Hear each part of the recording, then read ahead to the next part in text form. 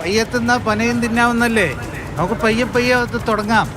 ഇത് ഇന്നത്തെ ശിക്ഷ A1 മുതൽ A6 വരെയുള്ള 1 മുതൽ 6 വരെയുള്ള പ്രതികൾക്ക് 20 വർഷം കഠിന തടവ്, 2 കഠിന തടവ്, അതായത് 120B-ക്കും 376D-ക്കും 366-ന് 10 വർഷം കഠിന തടവും കൂടാതെ ഫൈനുമുണ്ട്. മറ്റ് വകുപ്പുകൾ അനുസരിച്ചും ശിക്ഷിച്ചിട്ടുണ്ട്. 376Dയെ സംബന്ധിച്ചിടത്തോളം ഇത് പാർലമെൻറ്റ് പറഞ്ഞിട്ടുള്ള ഏറ്റവും മിനിമം കൊടുക്കേണ്ട ഒരു സെൻറ്റൻസ് മാത്രമാണ് ഈ കോടതി നൽകിയിട്ടുള്ളത്. ഇത് സമൂഹത്തിൽ അങ്ങേ അറ്റത്തെ തെറ്റായ ഒരു സന്ദേശം നൽകും എന്നുള്ളതാണ് എൻ്റെ അഭിപ്രായം. ഇനി ഈ ശിക്ഷാവിധിക്ക് കുറഞ്ഞുപോയതിനെ സംബന്ധിച്ചിടത്തോളം അപ്പീൽ നൽകുവാനായിട്ട് സർക്കാരിന് ശുപാർശ ചെയ്യും. ഒരു തിരിച്ചടിയില്ല. ശിക്ഷ വിധിക്കേണ്ടത് പ്രോസിക്യൂഷൻ ഒരു തിരിച്ചടിയില്ല. ശിക്ഷ വിധിക്കേണ്ടത് തെളിവുകൾ ഉള്ളതുകൊണ്ടാണല്ലോ അവരെ ശിക്ഷിച്ചത്. തെളിവുകൾ ഏതാണ് സ്വീകരിക്കാതെ പോയതെന്ന് ജഡ്ജ്മെൻറ്റ് വായിക്കാതെ പറയാൻ എനിക്ക് കഴിയില്ല.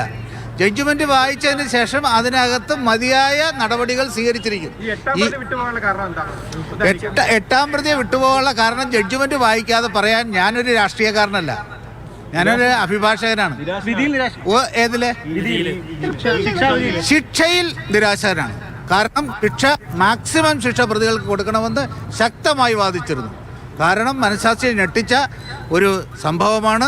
ഇതിൻ്റെ പിന്നിൽ ഗൂഢാലോചനയുണ്ട്. ഗൂഢാലോചന വെച്ച് ഒരു ക്രൈം നടത്തുന്ന പ്രതികൾക്ക് ഏറ്റവും ഇളവായ ശിക്ഷ നൽകുന്നത് തെറ്റായ സന്ദേശമാണ് സമൂഹത്തിൽ നൽകുന്നത്, നീതിപീഠത്തിന് നൽകുന്നത്. അത് വേറെ കാര്യം. ശിക്ഷ കണ്ടുപോയാൽ അതിൻ്റെ അകത്ത് പ്രൊപ്പോർഷണലേറ്റായിട്ട് ശിക്ഷ വിധിക്കേണ്ടതാണ്. 20 വർഷം മിനിമം എന്ന് പറഞ്ഞാൽ 20 വർഷം വരെക്ക് മുകളിൽ എത്ര വർഷം വേണമെങ്കിലും കോടതിക്ക് ശിക്ഷിക്കാം. അത് 20 വർഷം പാർലമെൻറ്റ് നിശ്ചയിച്ച മിനിമം കൺവിക്ഷനാണ്. അത് ഒരു കോടതിയുടെ ഔദാര്യമല്ല, അത് പ്രോസിക്യൂഷൻ്റെ അവകാശമാണ്. പലപ്പോഴും ഈ ജഡ്ജിയുടെ നിലപാടുകൾ ചോദ്യം ചെയ്യപ്പെട്ടുള്ളതാണ്. ഇപ്പോൾ ശിക്ഷാവിധി പ്രഖ്യാപിച്ചപ്പോഴും ഈ ഒരു നിരാശയാണ് താങ്കൾക്കുണ്ടാവുന്നത്. അപ്പോൾ അത് എന്താണ് സൂചിപ്പിക്കുന്നത്? എനിക്ക് ഈ കേസിനെ സംബന്ധിച്ചിടത്തോളം യാതൊരുവിധ നിരാശയുമില്ല. ഈ പാസ്പോർട്ട് കിട്ടുന്നതിന് വേണ്ടിയാണ് ഞാൻ കഴിഞ്ഞ 3.5 വർഷം ഈ കോടതിക്കകത്ത് വെന്ത് നീറിയത്. ഞങ്ങൾ അനുഭവിച്ചിട്ടുള്ള പ്രയാസങ്ങളെല്ലാം പിന്നീട് വേണ്ട സ്ഥലങ്ങളിൽ വേണ്ട വിധത്തിൽ അവതരിപ്പിക്കും, അതിനുള്ള പരിഹാരങ്ങൾ നേടും. തീർച്ചയായിട്ടും നീതി കിട്ടിയില്ല എന്നുള്ളതല്ല, പരിപൂർണ്ണ നീതി കിട്ടിയില്ല.